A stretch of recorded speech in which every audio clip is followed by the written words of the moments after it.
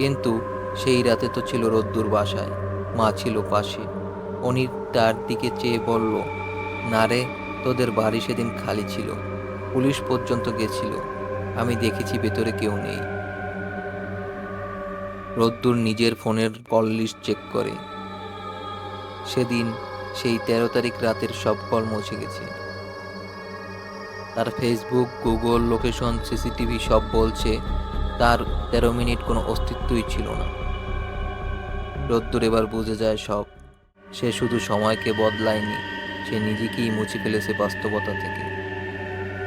এক রাতে আয়নার সামনে দাঁড়িয়ে সে দেখল পেছনে দাঁড়িয়ে থাকা সেই ছায়া এবার তার কানে বলে উঠল, তুই এখন ভুল সময়ের মানুষ, তোর উপস্থিতি এখানে অনধিকার, চলে আয় যেখানে সময় থেমে গেছে।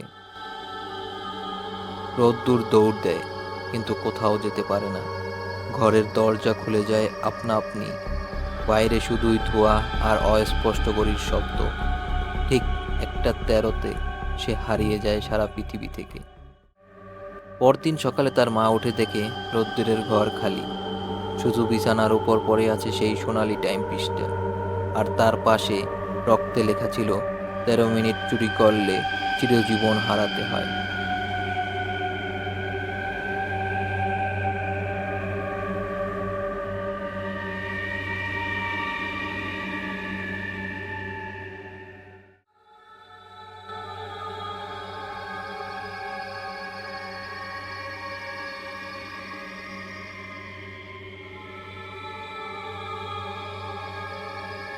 আমি তখন ক্লাস 10-এর ছাত্র। আমাদের বাড়ি মুন্সিগঞ্জের এক পুরনো গ্রামে, পাকা রাস্তা থেকে খানিকটা ভেতরে, চারপাশে খোলা মাঠ আর দূরে একটা বিশাল বটগাছ। বাবা ছিলেন স্কুলের শিক্ষক আর মা গৃহিণী।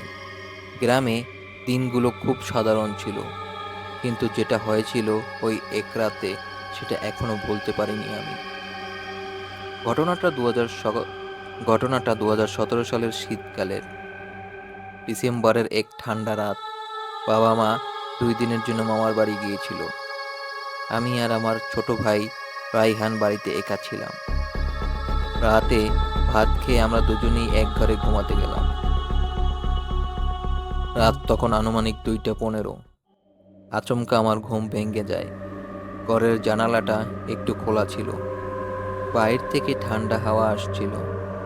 আমি জানালা বন্ধ করতে গেলাম, হঠাৎ দেখি জানালার গ্লাসে একটা অদৃশ্য মুখ।